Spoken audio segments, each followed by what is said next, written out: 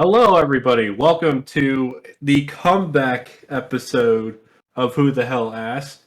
I am your host, Slade, and I am more than pleased to welcome back my co-host, Byron. Hey, what's up? Hey, yeah, So, I've had internet issues for the past week and a half, but I'm back, baby. And holy shit, Slade, what happened in the gaming industry while I was gone?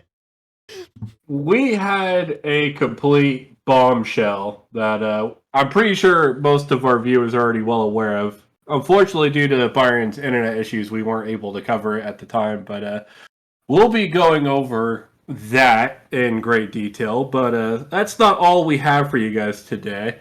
To commemorate Byron's return, we brought our regular third guest, Yoshi. What's up, Yoshi? Why, hello. Thank you for having me, guys. It's just a treat to be here again. No, we appreciate having you, especially on a short notice that we gave you. So thanks for coming. There's no problem at all. No problem. I'm just glad to see everything's working fine again, and we're back to it. Yeah. Yeah. So there was the big topic that was the talk of the gaming industry last week, which was Still is, honestly. Yeah, which is E3 2022 canceling its in-person event, which we figured was going to happen. Quote, due to the ongoing health risks surrounding COVID-19 and its potential impact on the safety of exhibitors and attendees, E3 will not be held in person in 2022. The ESA remains incredibly excited about the future of E3 and looking forward to more details. Yeah. No, let's go over that a little bit because there's a lot of unwritten, things that are being said behind the scenes by a lot of insiders and speculators. Yeah. Now, officially, this is just the in-person event that's canceled, right? Yeah. As of right now, digital event is unknown. Yeah. So, on that unknown bit, there is a lot of speculation that this might spell the end of E3 entirely. What are your guys' thoughts on that? It's possible. Like, I think if E3 has slowly but surely, within the past couple of years, slowly become irrelevant with the introductions of, like, the Nintendo Direct in, I want to say, I think 2013 or 2014, and then Sony obviously has bailed since the pandemic, and look, to give another, like, non-gaming example, look at CES this year, the Consumer Electronics Show. Like, hundreds of partners pulled out at damn near the last minute. Oh, yeah. And it was a shit show. You also got to consider that E3 is not the only gaming convention / announcement, titan of the summer anymore. They now have to worry about the Summer Games Festival as well. Which historically has never gotten, like, the big announcements, but it's been a good platform for, like, indie developers, AA games, so. Yeah, but that could definitely change. So, Yoshi, what do you think about all this? Honestly, E3, like Byron said before, like it's been like going downhill ever since COVID started. And honestly, I feel like it's kind of like starting to be that way even before that. Like, I'm starting to see that not even major companies that are there aren't like giving like their biggest like game announcements, or they're not even like showing like their trump card for anything at all. It's not like it doesn't even feel like a competition between the companies anymore. Now it just seemed like they just want to like find like the best thing they could find and like, all right, we're going to try to sell this to you as best we can. I mean, there is competition, Yoshi, but we'll get to that fucking later. Yeah, I think right now Nintendo kind of started, a trend with its Nintendo Directs holding, their own separate announcement events and whatnot, where more and more of these companies are kind of taking the initiative to hold their own announcements and press conferences and whatnot. Yeah, exactly. That's why we have to have a big event like E3. With that note, I mean, E3 is probably like is not even good enough to find like the best type of games, or at least like, again, just the big AAA titles. They will have their own events and they'll show off their own games in their own time. They don't have to like rush and like put together some type of like show just for I guess like a good audience, but at the same time, they know that their fans will come for them, and they'll make their own little Nintendo Direct. So yeah, like basically, companies are gonna do their own events whenever they want, whenever they're ready. So I guess like the only thing left for E3 to have is still their old cringe shows or events or just commercials that people just don't want to see. It always done that, but still, it's just like it's kind of like a lot to handle nowadays. It's just too much of it. Yeah. Like I don't want to see this. I don't want to get this shoved down my throat anymore. To stop and move on. Yeah, and something to note that's been on screen for a little bit is that the 2022 show never had firm dates set and was never on the official Los Angeles Convention Center calendar. And you have to imagine the ESA would probably, if they were going to try to do an in-person event, they'd probably be starting scheduling a long time ago. So to hear that it was never on the schedule, and according to the Los Angeles mayor, Eric Garcetti, an in-person E3 for this year had been planned officially since the opening of last year's show. Since 2021. Oh. But yeah, as Slade mentioned earlier, multiple insiders have suggested that the ESA has given up on trying to hold a physical show early, and potentially the digital show may not happen. Yeah, so what we're looking at from a lot of the insider speculation and whatnot, like Byron was just stating, a lot of people are speculating because the ESA has been largely very silent on the matter, even before the announcement that they're canceling the in-person event that was never planned. Yes. It just leads to everyone to believe that, E3 might be canceled in its entirety, especially because the ESA was actually struggling before the pandemic even took place, considering the leaked information of the attendees and whatnot. Yeah, that, their personal names, addresses, and whatnot all leaked out. Oh, yeah, because that fucking happened. So the ESA has not exactly done anything within the past 5 years to inspire a great deal of confidence. Yeah. And since Sony has already withdrawn, their name for the hat, I think that was just the first domino to fall. I imagine once we see Microsoft and the other, third-party publishers kind of take their hands out of the pot as well, that'll probably be the end of E3 in total. Yep, I do think we are very much approaching the death knell of E3, and in a way that's sad, because it's nice to have a week of nonstop gaming news. But on the other hand, it's nice, at least for like a lot of gaming media and stuff, because it's like, holy shit, we have to cover all this in a fucking week, as opposed to like, oh, everything's gonna be spread out a little bit more. That's gonna be nice, and especially for like us, it'll make it easier to cover. These companies are going to be able to run on their own timetable now. Yeah, they don't have to probably help.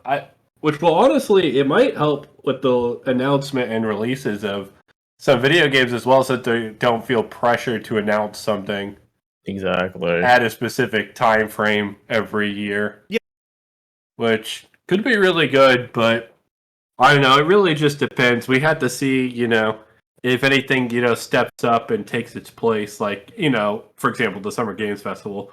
Or if another conference during the year becomes massive, like Gamescom, or honestly, even the Game Awards recently. I do think, at least in terms of there being an E3 replacement during that time frame, I think if E3 dies, I think, Keighley will still have his own, like, event. I don't think... Maybe that might get some of the big publishers, because Keighley does have good relationships with, like, all the companies, but who knows? Maybe all the companies are like, we don't necessarily even need something like a Summer Game Fest, and we could just do our stuff whenever. Yep, sure. I do think Game Awards, though, will continue to have some announcements, because it's in that time frame where, like, there's not going to be many announcements. so I think that's the only pro the Game Awards taking place in December has. All right, so before we get to our big meat and potatoes of the episode, which everybody already knows what we're talking about, we're going to go over a little bit of the rumor and speculation mill. This is going over one of Byron's and I's predictions from our last video when we tried to predict, what would happen this year in terms of video gaming releases, all that. So let's talk about Mario Kart. So I don't know if you two have been following the large heavy rumor mill, but apparently a Mario Kart 9 is in development, and it's not going to feature just Mario characters, but it's going to be more of a Nintendo crossover kart. Your thoughts? That part I've never heard about being rumored to be mostly more than just Mario characters. That's the thing that's taking off right now. It's actually crazy. I've seen the debate, people saying this is gonna happen, and then of course the other side, it's just a big fight that's going on between Nintendo fans trying to figure out what really is this new twist that they're adding to the game, the new Mario Kart 9. 9 is existing. Yeah, I normally don't I don't normally cover the rumors. I guess this is the first time in the history of the show we're really covering rumors. We just cover news. Yeah. But even without hearing about the rumors, it's the natural. I think that's the direction Nintendo are leaning more towards with Mario Kart, considering the characters that we have gotten in Mario Kart 8 DLC and Mario Kart 8 Deluxe.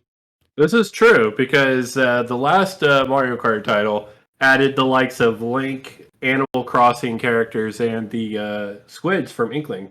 Yeah, the Split Inklings from Splatoon. Yeah. Blah. But yeah, we've already seen Mario Kart kind of take this Nintendo game kind of crossover approach before. I guess there's just a big toe into the water and see how it is. Yeah, see if what the reception would be like. And obviously, I think it was pretty positively well received. Byron and I are on record less than 3 weeks ago. Yeah, saying that there's no way in hell Mario Kart game's releasing this year because Mario Kart 8 Deluxe still sells 2 million fucking copies a quarter. Yeah, it's still fucking selling like cheesecake at the Cheesecake Factory. It's just hot damn. Yeah, so it's it doesn't make financial sense for them to want to improve and upgrade on that formula. But I think if this is real, it's because Byron and I were not looking at it at the whole wide stream appeal. We weren't looking at it as a whole. And here is my take on that. I think this actually ties in more to the sales declining for Smash Brothers Ultimate than it does for Mario Kart. And let me explain why that across Mario Kart would be a really big deal for Nintendo. I think one of the driving factors for Nintendo's reveals and releases for the past 3 years have all tied in with what exciting new character is going to be announced for Super Smash Bros. Ultimate. And whether, we like it or not, Nintendo's losing a great deal of publicity by not having these kind of character announcements for their game dropping at the pace that they were before, or in this case at all. So I think having another Nintendo title that isn't Smash, but has a certain crossover appeal, is going to generate a lot of that attention that Smash reveals were getting the Nintendo Directs and whatnot. I guess, but in Mario Kart, characters aren't radically different, though. See, that's what makes this easy for Nintendo to design, because it's not as high effort as building a fighting game character and making a moveset represent, their character as well as the franchise they hail from, and building a stage and all that. Really, most of the work would go into if those courses are themed after those franchises. Example, Hyrule Castle was track on Mario Kart Deluxe, and obviously that was a very high effort, track that they spent a lot of time building and truck full of like all their references like Deku Babas and rupees as the coins and all that. Yeah. So like that would be where most of the effort I think goes compared to, you know, the racers from the other franchises and whatnot. Yeah. Like I said, I don't think this would release this year, but it makes sense to me that this would be the next direction that the franchise would like want to go in. Simply because you're going to have that kind of like crossover appeal that has people tuning into all the directs like, oh, who's going to be the next character featured in this franchise? And I think it makes sense if it's just, you know, Nintendo characters. It's not like they get a lot of third-party characters and whatnot. Because I think third parties would be a bit more hesitant to include their characters in a racing game compared to Smash. And the reason I say that is because a lot of these third-party developers are trying kind of like wonky racers of their own. Like Sega's got a couple. I think Activision-Blizzard. Well, I obviously Crash Team Racing, but like quite a few of the other franchises or third parties have their own kind of like kart racing kind of game. If that makes sense. Yeah. Because even Square Enix might have one like in the works right now, or it's coming very soon. Yeah, Chocobo GP. Which I am very excited for. Don't get me wrong. Also, let me add on one little thing about what your first statement was. Like, I feel like Mario Kart could, or at least the Nintendo could, make more money off of if they make a new game. Because really, they will start like benefiting from like people who's gonna like have to like buy the game all over again. They probably like reproduce the same sales they did for Mario Kart 8, but hey, get them to buy another one like they did with Mario Party. They let us buy Super Mario Party, and now they got us buy Mario Party Superstar. Yeah, Yoshi, but Mario Party is used to having that series is used to being multiple releases on the same console. Mario Kart isn't. Yeah, Mario Kart has never historically released multiple games for the same device. I mean, I guess at the same time, this is the first time they ever did like a deluxe version too. Yeah, because Mario Kart they game. fucking had to. Because they fucking had to, you know. Another reason why I think the Mario Kart franchise could like do itself a solid by going into a Nintendo Kart like direction is because if you look at the mobile Mario Kart phone game, they are already doing a fantastic job of representing the Mario series as a whole. I mean, you got loads of different characters and alternate like costumes for all of them. Like, yeah, people are more like, Mario characters than you could. Yeah, and people are like, at. why the fuck is this in 8 Deluxe? So, like, to me, moving in a Nintendo Kart direction definitely makes a whole lot of sense. Because if they wanted, like, okay, well, we want that pure Mario representation, then, like, you have the phone game with a crazy amount of Mario characters. I mean, it's utterly ridiculous how many characters are in I that, guess, but a lot game. of people also don't like the phone game. Well, yeah, it's mobile. Yeah. That's Mario Kart. Slow. And shit. Yeah, it's different. But overall, I think that Nintendo Kart could be a fantastic direction that they take the series, and I think it's the most likely direction, because again, I don't think this is something that they purely from a Mario Kart standpoint, but also publicity, kind of like, how do we get people to watch our directs? Because let's be real, I would say at least 40% of the viewership for Nintendo Directs were involving the Smash cycle of DLC characters. I wouldn't say 40%, but I would definitely say 40%. In fact, I might be selling it low, in my opinion. Okay, so enough rumors and speculation, gentlemen. Now let's get on to the actual big news. Oh yes. Of the last 2 weeks. Ladies and gentlemen, welcome the incredible teams and legendary franchises of Activision-Blizzard to Microsoft Gaming. The creators of Call of Duty, Warcraft, Candy Crush, Tony Hawk, Diablo, Overwatch, Spyro, Hearthstone, Guitar Hero, Crash Bandicoot, StarCraft, or join Xbox for a reported $68.7 billion. The biggest acquisition in the video game industry. What the fuck? Oh yeah, this definitely blindsided me. I know that there was some talk and speculation as of like last November that this was something that was going on, but I think with the controversies that were surrounding the Activision-Blizzard, especially like recently, Yeah. I think because they lost a quarter of their total stock value and whatnot, the time was right for Microsoft to come in, make this crazy acquisition, and increase their gaming portfolio. And the thing that's really crazy about this is, Microsoft and Phil Spencer specifically always said that the goal and vision of Microsoft Game Pass to become the Netflix of video gaming. Well, this is a good fucking way to do that. Yeah, it's definitely looking more and more realistic. And honestly, I think this is going to be the thing that kind of topples the scales in that regard for like making the games as a service subscription model the mainstream model. Yes. So let me tell you what studios are under the Activision-Blizzard King umbrella. We have Activision Publishing, Blizzard Entertainment, Beenox, Demonware, Digital Legends, High Moon Studios, Infinity Ward, King, MLG, Major League Gaming, Radical Entertainment, Raven Software, Sledgehammer Games, Toys for Bob, Treyarch, and every team across Activision Blizzard.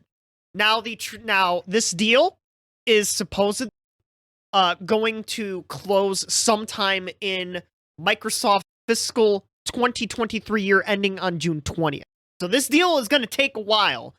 And until the transaction closes, Activision Blizzard and Microsoft Gaming will continue to operate independently.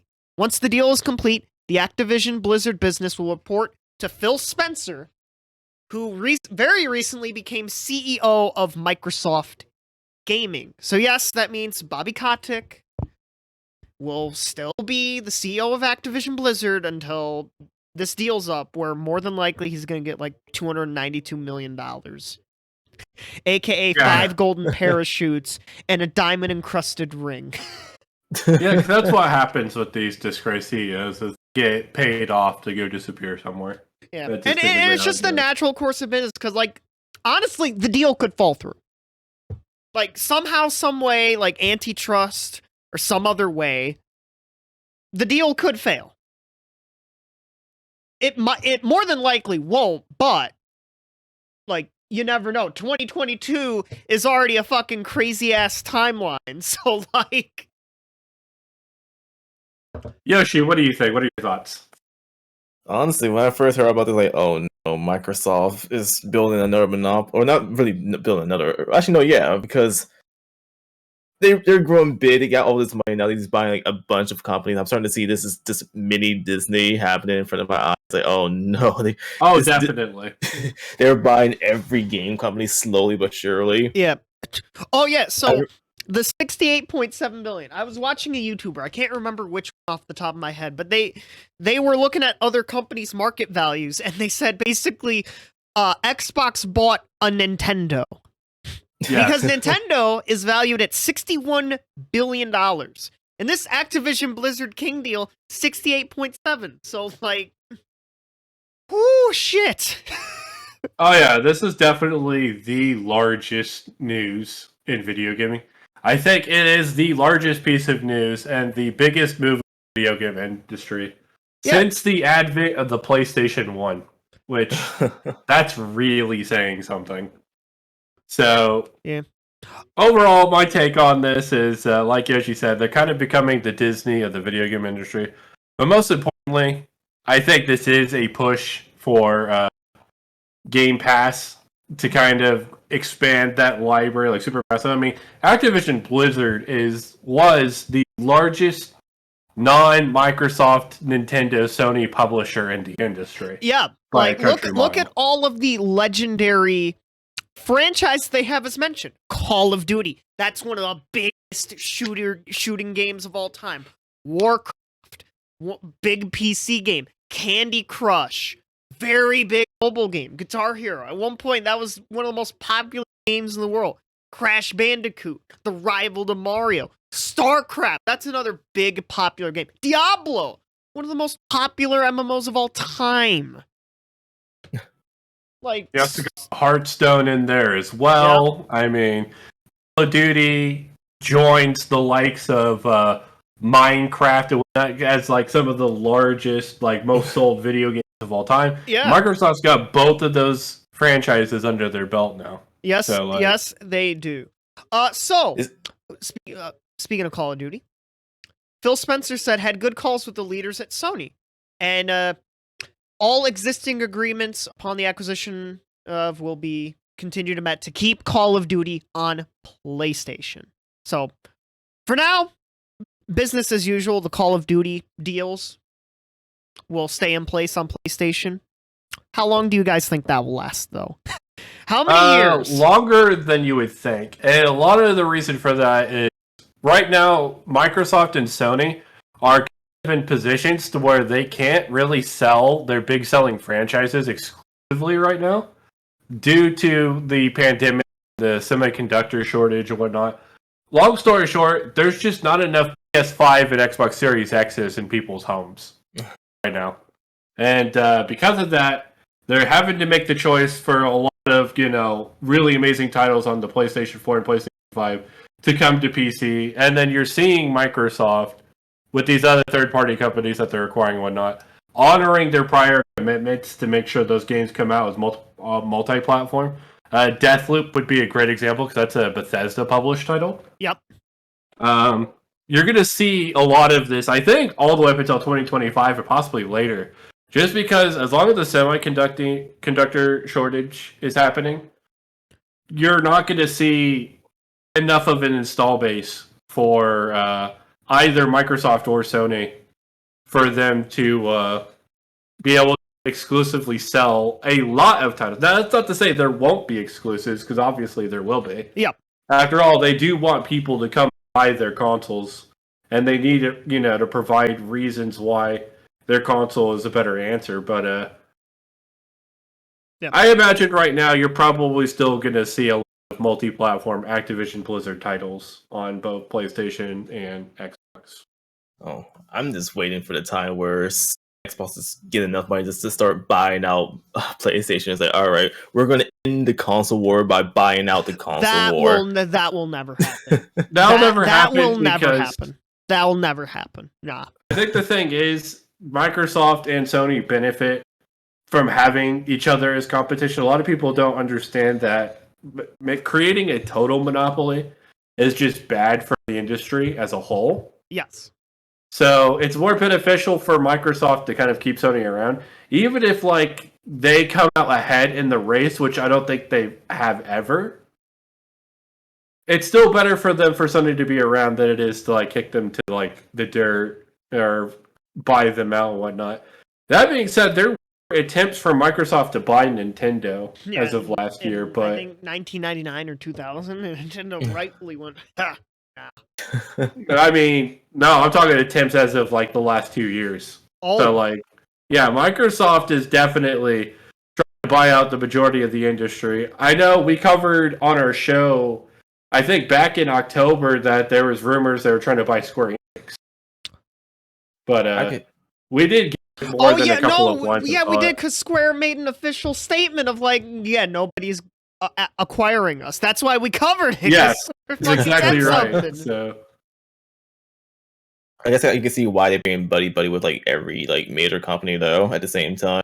Yeah. They're playing every side to kind of win, and getting these studios under their belt allows them to develop exclusive titles for them. Not necessarily Call of Duty titles, but these studios could make other games and whatnot. In the mix of this, they're acquiring an absolute shit ton of developers. Yeah. So, and we also got word that Game Pass now has more than 25 million subscribers. And for good reason. It's honestly, in my opinion, probably the best deal in video gaming. Because it's like $39.99 a month, and you get access to over 1,000 titles, all playable pretty much instantly. Yep. And you could fucking play them all from beginning to end, whatever. You don't have to buy the title and whatnot. You could play hundreds of thousands of games. And that library is only going to grow as like time goes on. It very much is becoming the Netflix of video gaming. Yeah. And Sony needs to step up what their subscription model is going to be, because they're falling behind bad in this race, and this is one they can't afford to lose. Yeah. And you mentioned something earlier, Slade, about all the studios. Well, I have a fun little infographic thanks to the website Xbox Era. We have the Xbox first-party studios chart, and holy shit. Holy shit. We have, I think, 30 studios. I think. In this infographic. 1, 2, 3, 4, 5, 6, 7, 8, 9, 10, 11, 12, 13. Long story short, we have a fuck ton of studios. Microsoft has a fuck ton of studios. So, overall, time will tell whether or not this will take the industry in a bad direction or not. Yeah. But, as I said, huge news. Absolutely ginormous news. Yeah. Yeah. If the deal goes through, there will be 32 first-party Xbox studios within Xbox Game Studios, Bethesda, and then Activision-Blizzard, which is like, holy shit. And look, maybe we covered this a while ago, those reports of like, oh yeah, Toys for Bob and Beanox being sent to the fucking Call of Duty dungeon.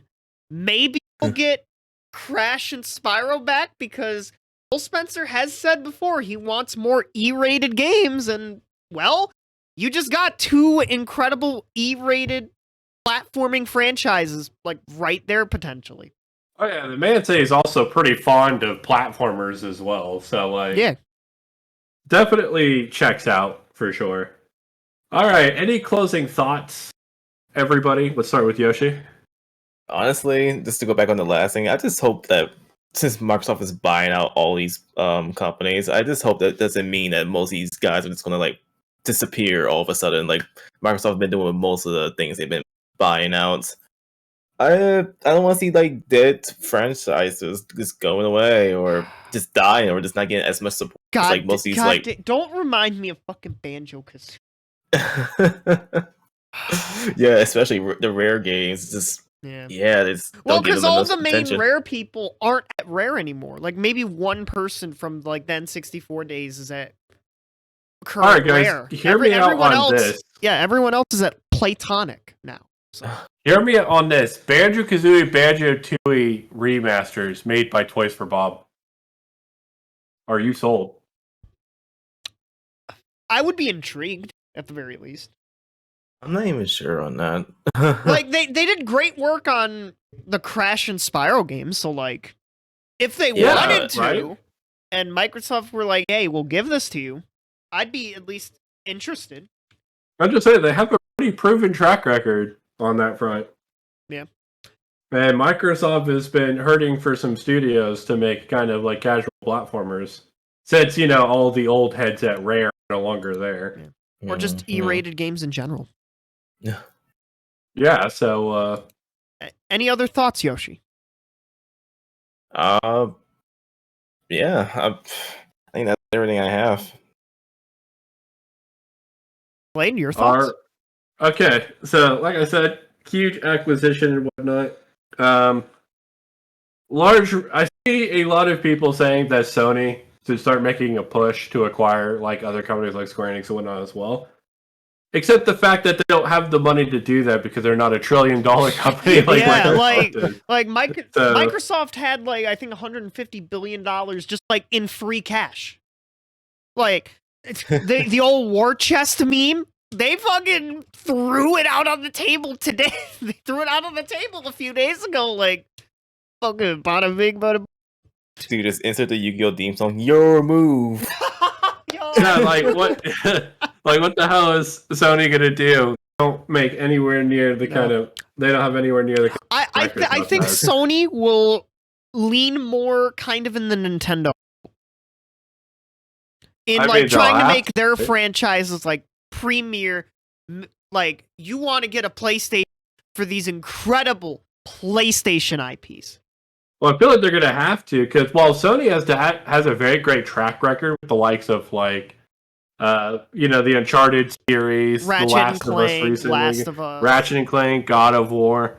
Like they have really good first-party franchises, but a lot of people don't speak to the truth of all the third parties and all the exclusive content they were getting from their third parties, or first on PlayStation from the Call of Duty series that they were relying on. Sony has kind of been racking in the third-party support since the PS2. Yeah, certainly since- been a major reason why people Yeah, bought PlayStation. since Xbox literally acquired half of those third parties. Yeah, yeah, Like, that kind of puts Sony in a little bit of a pickle. yeah. Like, they don't have that kind of, non-hardcore, like, nuance that captures the casual audience like a lot of Nintendo IPs do. Which I have to say, like, I think Ratchet and Clank is their best IP on that front. But, like, in terms of, like, hardcore IP and whatnot, they have quite a few of those, and they're obviously very good and successful franchises. Yeah. But, that's like 3 or 4 flops, and that might be the end. If they don't have third parties kind of helping them out. Yeah. It's pretty crazy to see that they now have a much thinner tightrope to walk than they've had previously. All right, Byron, what are you thinking? I did hear that there is possibility that we might not get the yearly Call of Duty anymore, which would probably be great for that franchise, to be honest. Yeah, and the That is a developers. great thing. Yeah, and the developers as well. That'd be fucking great.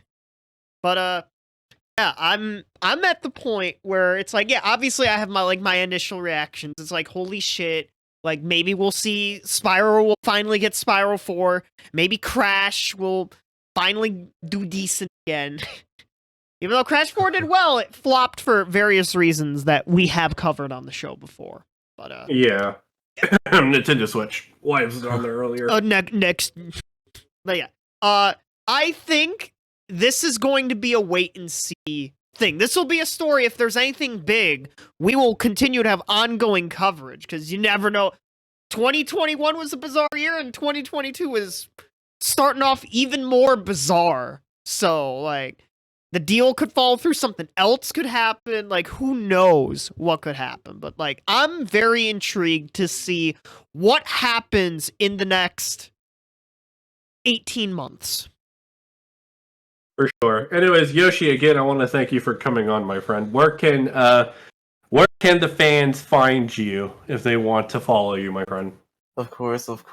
I stream nearly almost every day, except for on Wednesdays and Thursdays. You can find me on twitch.tv/YoshiPhoenix. Also, if you want to see weird tweets or if I do draw, you can see me on my Twitter on twitter.com/YoshiPhoenix1. And yeah, thank you for having me again. It was fun. Yeah. Of course. No problem. We always appreciate having you. Anyways, this is Slade. And this is Byron. We will see you next week to cover whatever the hell else happens in 2022 in gaming, because holy shit, what a start. Yeah, we're already off to quite a start. That's it, everyone. We will see you next time.